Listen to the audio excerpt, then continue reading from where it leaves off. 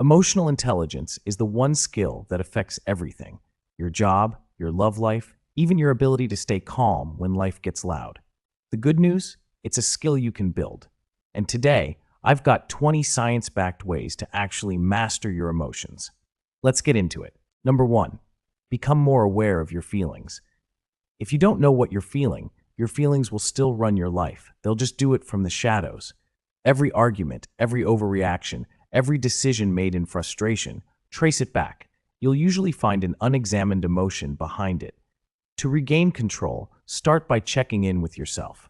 Not once a week, but daily. Ask, what's going on inside me right now? That simple awareness is the beginning of emotional intelligence and also the end of self-sabotage. Number two, identify and observe your emotions. There's a subtle difference between feeling something and noticing that you're feeling it. Have you ever snapped at someone and later said, "I don't know why I did that"? That's what happens when emotions run the show unobserved. But when you simply observe your emotion, without fixing it or judging it, it loses its grip. Think of it like standing outside a thunderstorm instead of being trapped in it. You still see the lightning, you still feel the rumble, but you're not drenched. You're aware, and that awareness gives you choices.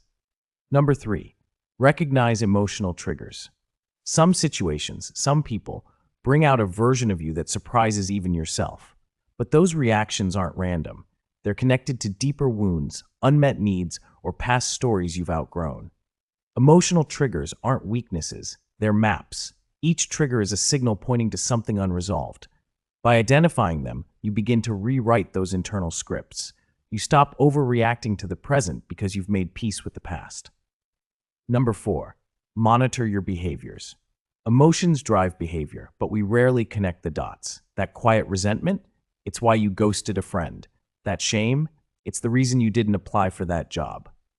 You can't change what you're unaware of. So ask yourself, how are my feelings showing up in my choices today? Because emotional intelligence isn't just how you feel, it's what you do with how you feel. Number five, avoid judging your emotions. Here's a trap that's easy to fall into, labeling emotions as good or bad. Joy, good. Anger, bad. But in truth, every emotion carries a message.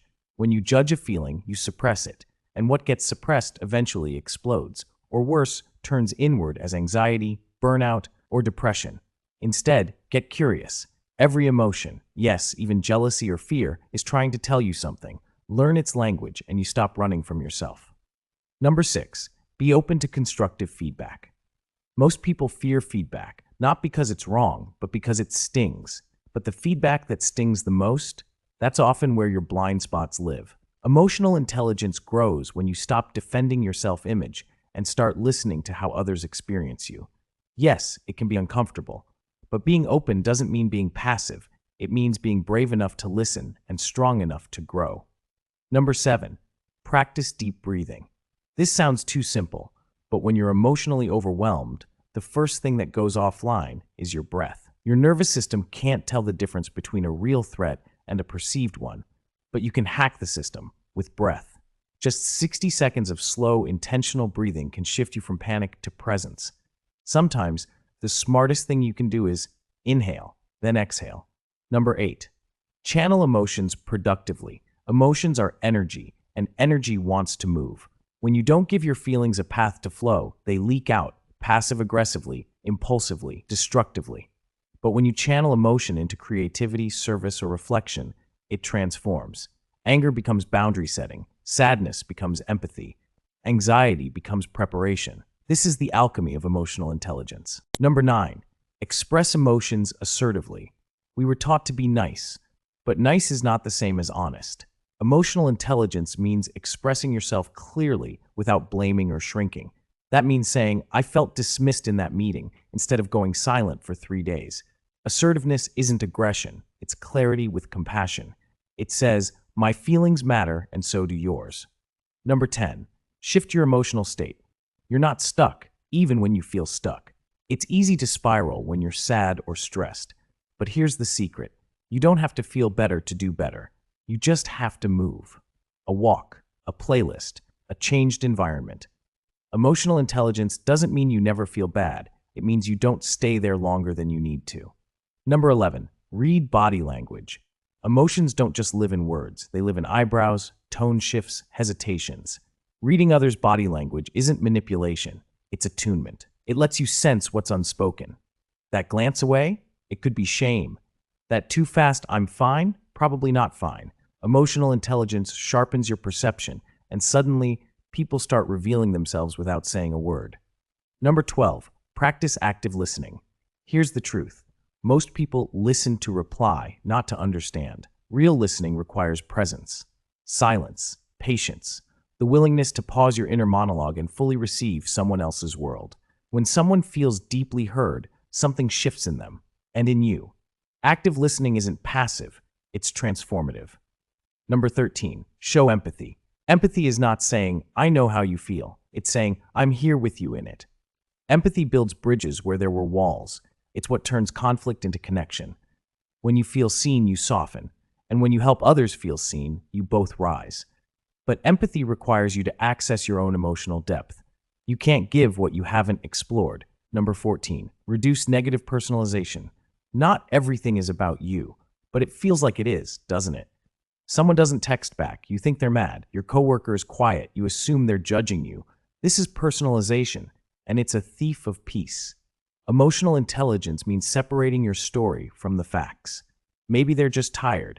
Maybe it's not about you at all. That realization, that's freedom. Number 15, develop emotional flexibility. Life will surprise you. People will disappoint you. Plans will fall apart.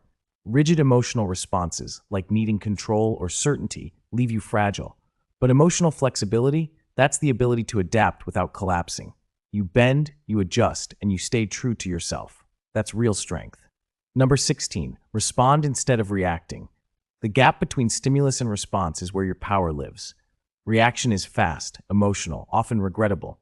Response is intentional, grounded. It requires a pause, but that pause can change everything. That email you don't send, that conversation you wait to have, that's not weakness, that's mastery. Number 17, use a mental pause button. Imagine if every time you felt overwhelmed, you could just hit pause. You can.